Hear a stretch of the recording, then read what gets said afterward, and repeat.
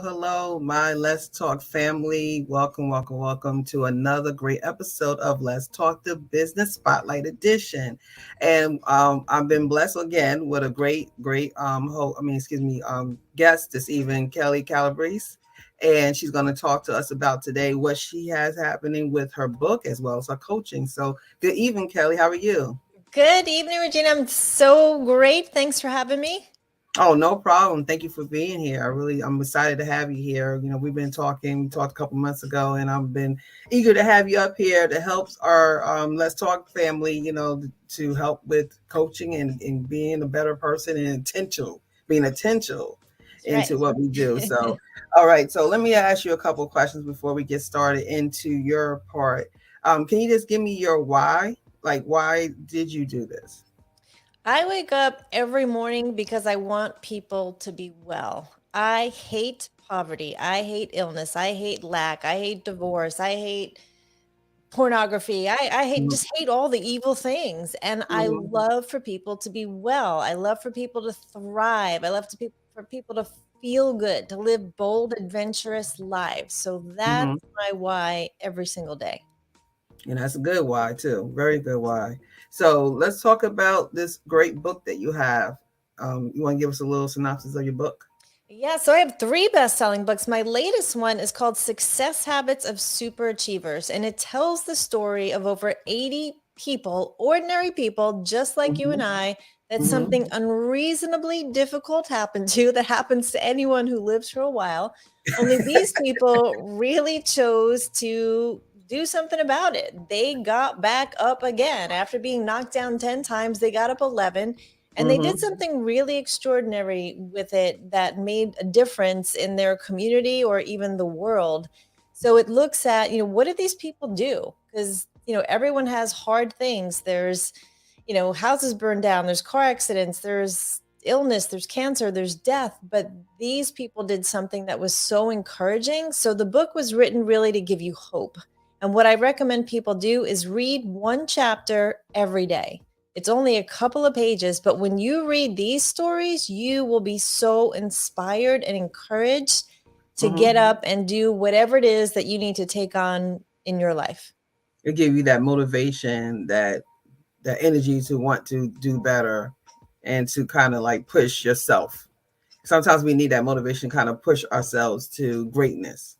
Yes, yeah, absolutely. Sometimes we feel like a victim because look, terrible things happen that aren't even our fault a lot of the times. I mean, stuff That's just true. happens. You get a diagnosis, someone gets laid off. I mean, whether it's the economy or however the things are working, Mm-hmm. and you have a choice. You can feel like, oh, woe's me, the world's happening to me, there's nothing I can do about anything, or you can use it. You can use the pain for purpose, and that's really what the book encourages you to do. Be resilient, get back up. Mm-hmm. Get back up and try it again. Don't let just keep trying. Just keep trying.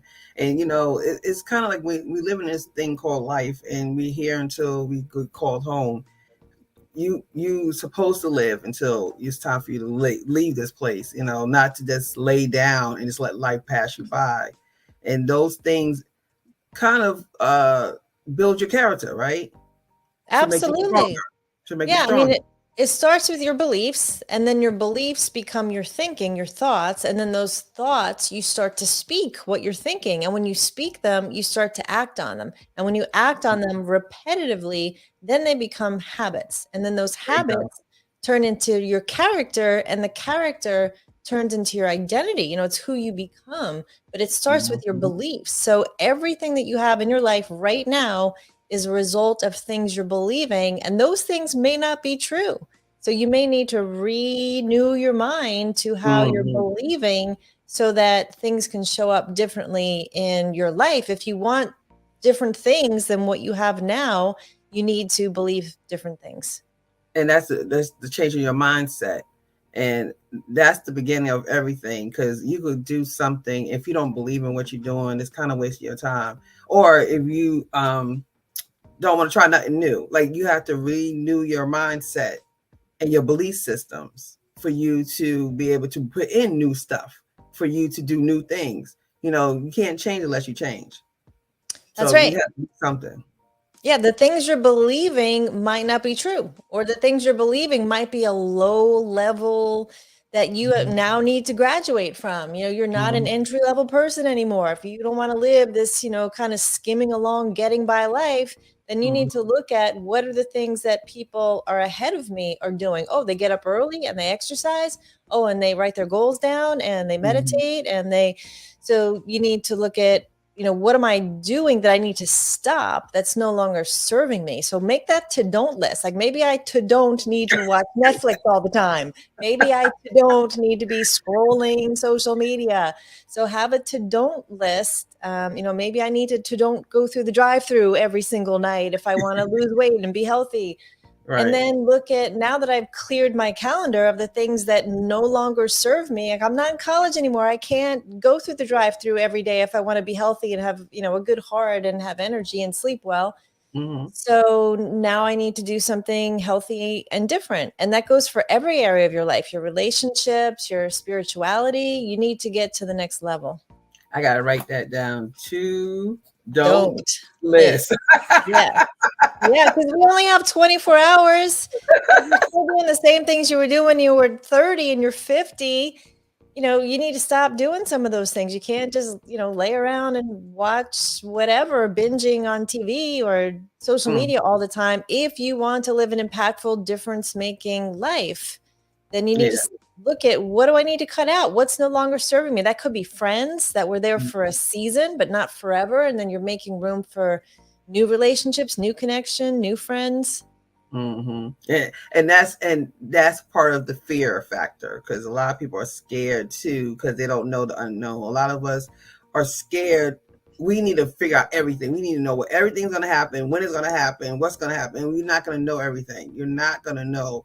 It's one step at a time. You're not going to figure everything out at one shot, and that scares people. And they don't want to do things that they cannot see, in advance. And Yeah, so it's the things you're fear talking about, you paralyzed. have to have faith. You have to. Yes, and that's the evidence of things we don't see. We can't see the future. We don't know. We are only guaranteed today. Right now, this is all we have, the present. There's nothing we can do to change the past. And if you're spending all your time thinking about what could have been, you're living in complete regret, and that's not useful at all. And if you're spending all your time worried and anxiety about the future, about things that might happen or might not happen, you are living paralyzed in fear and you're not present. And so you're missing out on this. Like this will never happen again. This day is never going to happen again. So you have to make the most of it. And what about the people who feel like they're stuck or they feel like, or they don't, maybe they don't even know they stuck, but they just don't know what to do?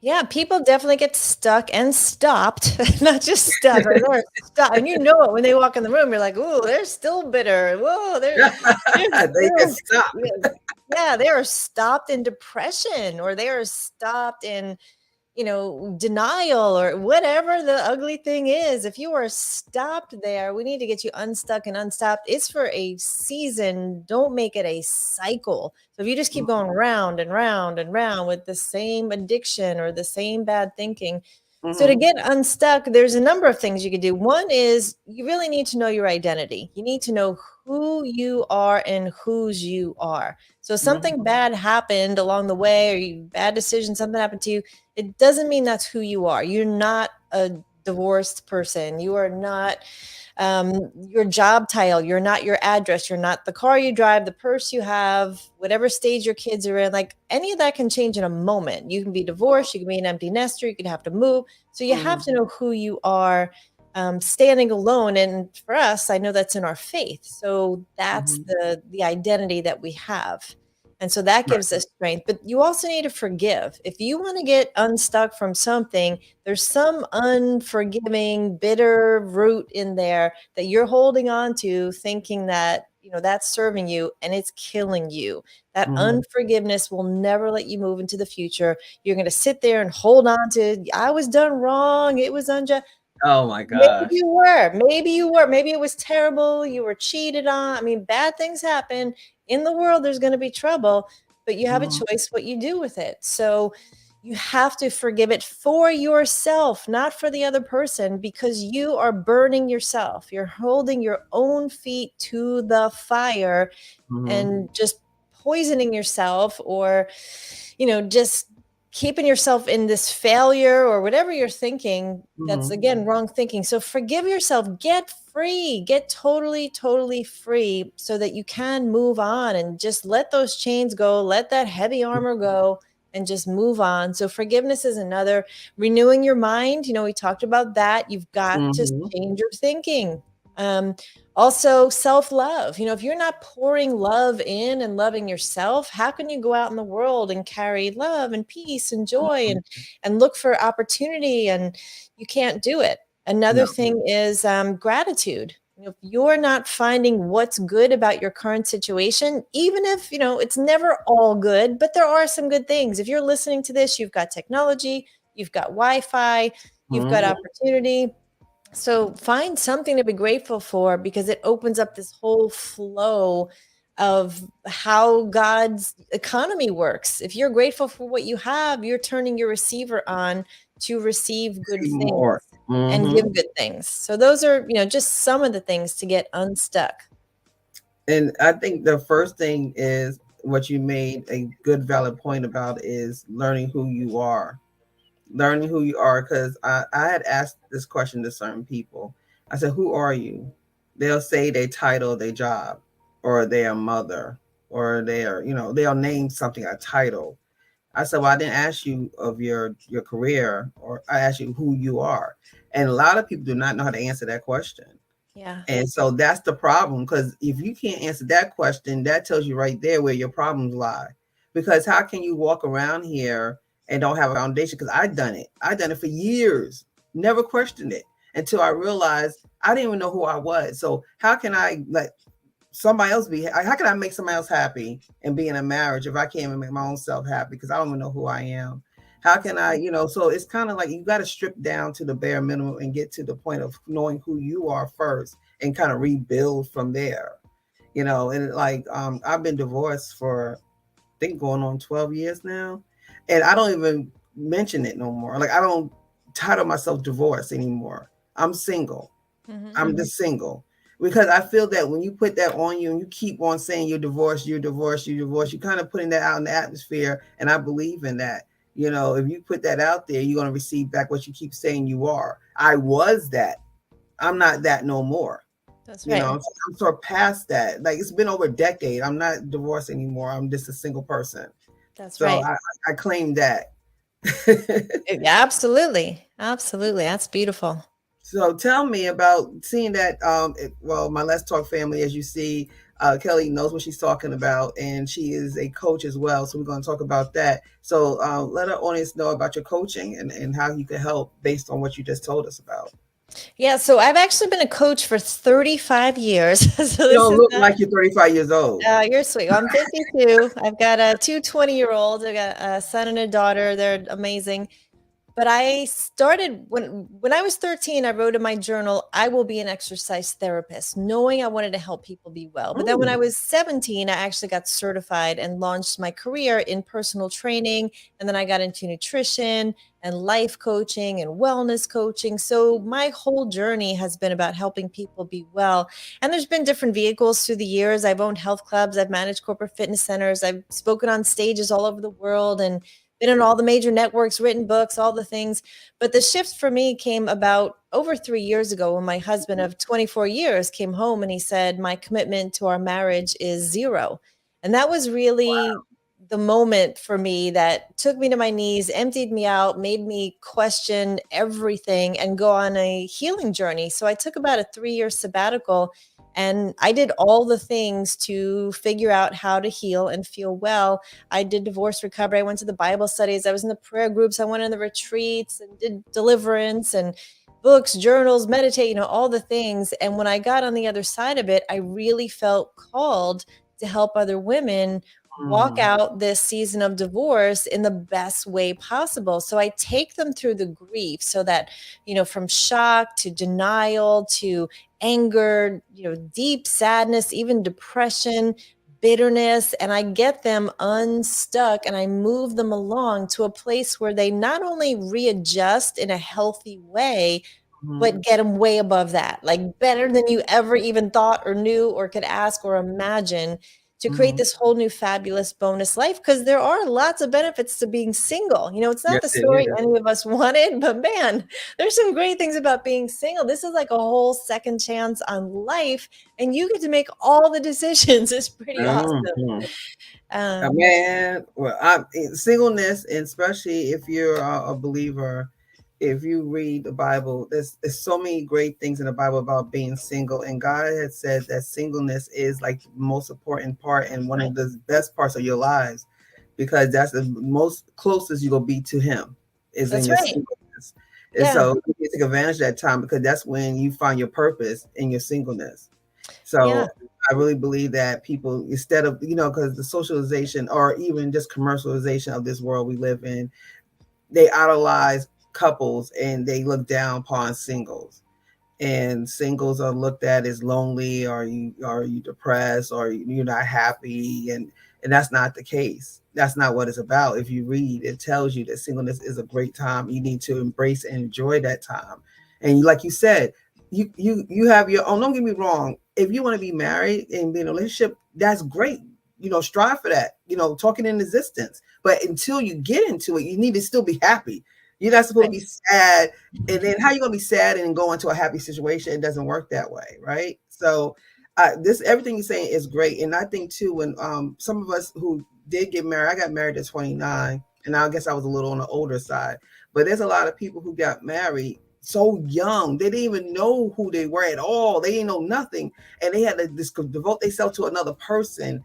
And then when they get divorced, it's like shattering because they don't know anything else but that man. And then now they go, well, who am I, or what am I worth? I don't have anybody here no more to tell me or validate me or make me feel a certain way, because you didn't make yourself feel that way. And so this is great, Kelly, that you're able to provide these services so these women could see that they are valued and they are somebody by Yeah, themselves. absolutely. If you were the one who was left, you carry this heavy spirit of rejection on you that really Mhm. needs to be worked through. Otherwise, you'll carry it for the rest of your life, feeling unlovable, unworthy, rejected. So I had to work through that. My former husband, I was 22 when we got engaged. He left me and he was re-engaged within a month of our divorce, and he was remarried a few months later. So it was just like insult after insult, like, Well, oh you my know what goodness, that's yeah, about. it was rough. It was rough. But Wow. I worked through the rejection and I had to say, okay, Jesus isn't rejecting me. Nope. And why did Jesus even come? I mean, he came for the forgiveness of all sins. So if I'm not going Mhm. to forgive him, and if I'm not going to forgive myself, what that's kind of why Jesus came. And That's when right. I bring women into my group, I ask them, what is your greatest challenge? And the number one answer by far is always loneliness. So a lot of these women feel really alone, because you're right. They may have been together 17 years, 25 years plus, years. And so they don't even know what it's like to be alone. Their identity is really wrapped up in being a wife. So now Mhm. they have to refigure out who they are. And it's scary for some of them to go to a movie alone or go to a Mexican restaurant and order a margarita by themselves and just sit there and have a good time just with Exactly. having a margarita. So just You're getting right. them to have the courage to figure out, well, what hobbies or what interests or what groups or what do I even want to do again? And obviously COVID has made things even more challenging. COVID divorce has been rough on a lot of, Yeah, I and know. I'm not excluding the men. I'm not saying they suffer any less. I have nothing against men. I love men. My heart and my ministry has just been for women. I do actually work with men, but the Oh, that's program I great. created is for women. Yeah. Okay. So, let's when you talk about the woman that who is now divorced, I think, like you said, I think sometimes they get to a point that they want to jump back into another relationship because they just don't know how to, or don't want to face who they are, and they make a big mistake by just jumping into something else really quick just to satisfy that lonely feeling that you just described, instead of them, because they don't know where to go. Like they said, that's the stuck part.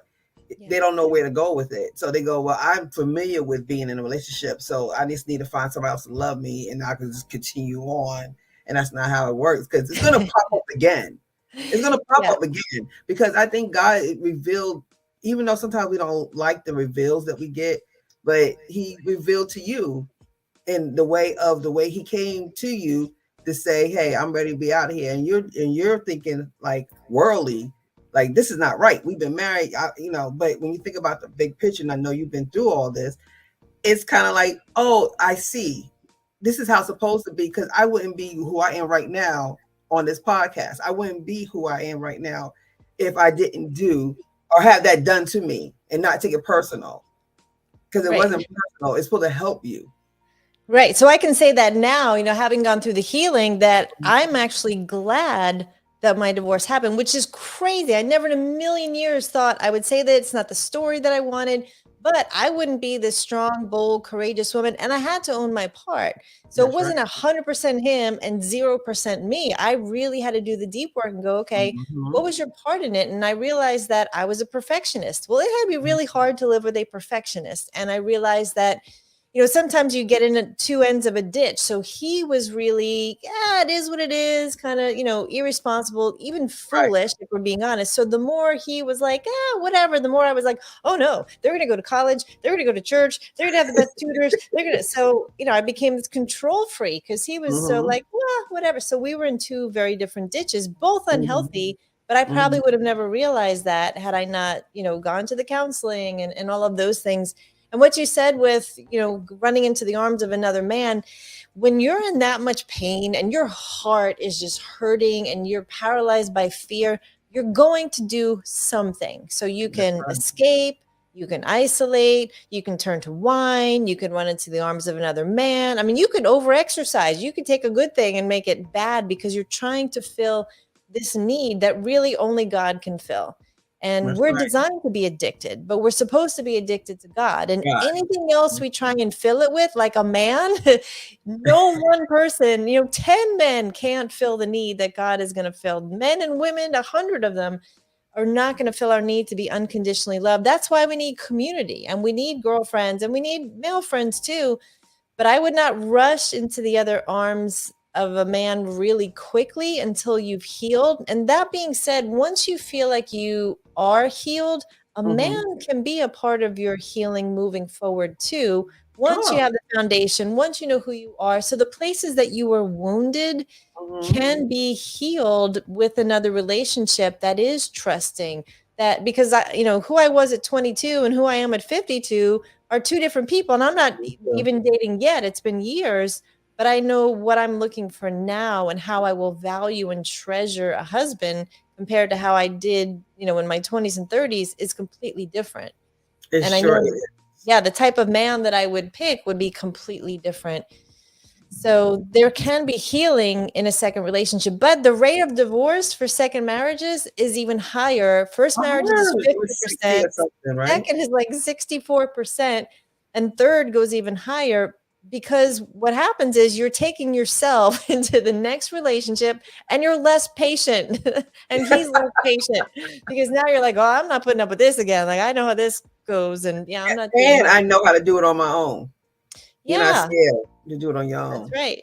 Yeah, and then there are definitely some women who are scared. In fact, the biggest group for poverty in the US is single moms. And if they don't remarry, their chances of being in poverty are actually pretty good because a lot of them don't get alimony, don't get child support. Even if they're awarded it, it doesn't necessarily get paid.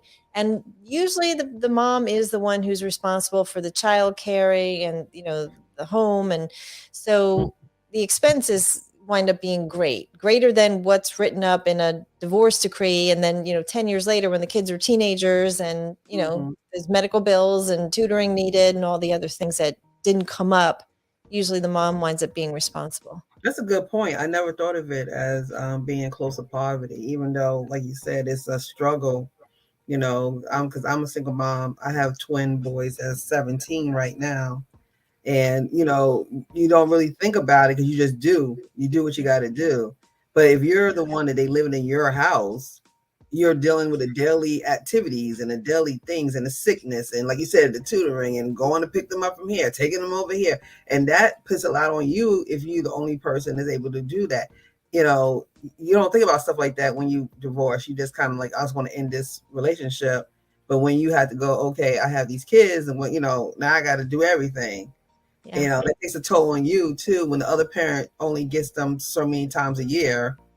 They get I call them the vacation one. They get the fun, and and you got to do the daily routines. So that Exactly.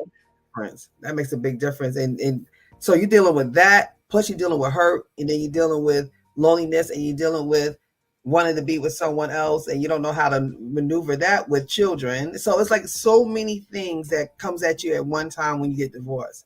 It is Then a you lot because you're hurting, but your kids are hurting too. I mean, the kids are another thing. really hurting and they're acting it out in different ways. Usually, boys are going to be more aggressive and Mm-hmm. angry. Girls are Mm-hmm. going to isolate and shut in. But Mm-hmm. the one thing they thought they could be secure about in the world was their parents being together. And now that their parents are shattered, they're not sitting at the lunch table talking about this with their friends. They keep it all inside. And then Mm-hmm. again, when they're pushing all this down, it's going to come out in Yeah. some ugly way eventually. Or they're going to try and do something to be loved. Like, oh, I'm just going to be the good girl. I'm going to try and do everything right and not cause trouble. And or they're going to act out and they're going to be the rebel because that's how they feel loved, or they're going to try and be, I'm going to be the best in school or the best in sports. They're just trying to figure like, how do I fit in? And the stronger parent gets the worst of them. And in my kid's case, it was me, because they Mm-hmm. needed a place to be ugly. They needed a place to show all their anger and aggression and sadness. And they were Mm-hmm. blindsided just like I was. We were all ripped out of our world as we knew it. So while I'm trying to, figure out the housing and the schools and all that, I was getting the ugly of them. Right. While I'm trying to, grieve and I'm crying. And We so, both crying. All of us yeah, crying. it's called a life event for a reason. You Mhm. think you've ruined your kids' lives and you're trying to, have a good I relationship know. with them. And mine were It's at the age where hard. they were 16 and 17. So, they had the driver's license, the first jobs, the first boyfriend, girlfriend. And so, it's a hard age anyway. So Oh yeah, I'm at every that age is now. challenging. I'm at that now. They Yeah. driving. They have their first jobs, so they are doing that same stuff right now at 17 years old. So, but Yeah. this is great. I'm glad that I'm learning. I'm learning stuff here. So this Well, good. is great. So let me ask you, Kelly, where do you see yourself in 5 years? That is a great question. I have always been a big goal setter. I've got stacks of vision boards and I journal every day. And I always was one to, plan.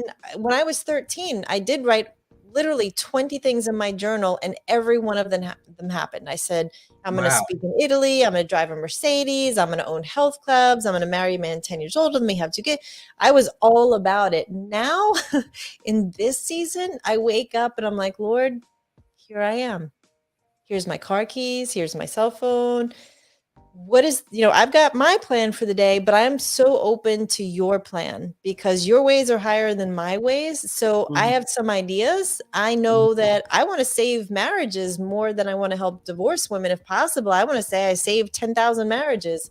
Mhm. So I have ideas about where I want to be, but I've never been more submitted and open to God's plan over mine. I know it's a good one. I believe I will have a platform for women and really in men also, just Mhm. to help them walk out their purpose in a bold way and for discipleship. So I'm excited about that. I mean, I may write more books and travel and speak, but I'm really feeling like I have a blank slate right now. And I'm excited for what God's going to do with, my 35 years of a career and the plans that he has for me, which I know are greater than my plans and that they are good, good plans. And I think that's the key. If you allow him to say, hey, I have plans, but what are your plans for me? And not be scared, because that's scary, because that's the unknown. You don't know Yeah. where that's going to go. So you kind of like, I'm scared to say that, because if I say that, I don't know what you're going to do. Yeah. Yeah, don't But ask for patience, whatever you do. so you're like, I don't know, but he's here to, he's not gonna forsake you, he's not gonna leave you, and he's not gonna do no harm. That's not what his job is. So if you release to him, he's gonna do better. It may be a different street than what you're going down, but it's gonna be a better outcome of what you can never imagine, Yeah. never imagine. I can't thwart his plans. Whether I go right or left, he's with me. And so I want him to be the light to my path and guiding my steps. And I'm open to what that might look like. So I feel like what I always do will be lined up with what I call divine health, just Mm-hmm. helping people walk in health physically, financially, emotionally, relationally, professionally, spiritually, every way. So that's my plan. We'll see what God comes up Well, with. it looked like that's a great plan. That's a beautiful plan. So, before we close out, can you just give my audience some information on how to find you for coaching and what type of coaching it is, and hopefully we'll have someone that will sign up for your program. I would love that. So I answer every single email. I love to hear from people. So if there's something you heard on this program that stirred something in your heart, or you just want to share, comment, ask questions, Kelly with an I at kellycalabrese.com. My website for the divorce coaching is intentionallyfabulous.com. You can start that at any time and then get all the details there. And if you want a free copy of my new book, if you want an e-copy, The Success Habits of Superachievers book, if you go to kellycalabrese.com, you can get a copy of that there.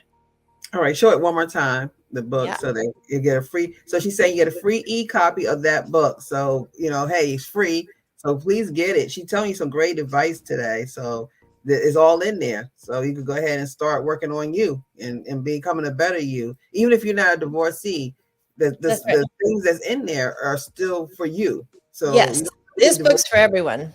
Yeah, that's right. It's for everyone. So I thank you so much, Kelly, for coming on today. I know that I was blessed with you being on here. I learned some valuable information. I know my audience has been blessed as well. So until next time, I would say to you, let's talk 1943.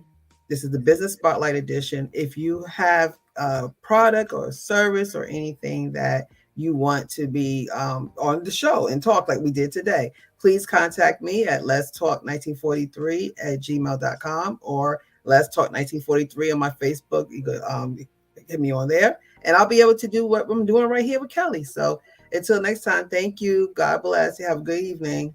Thank you.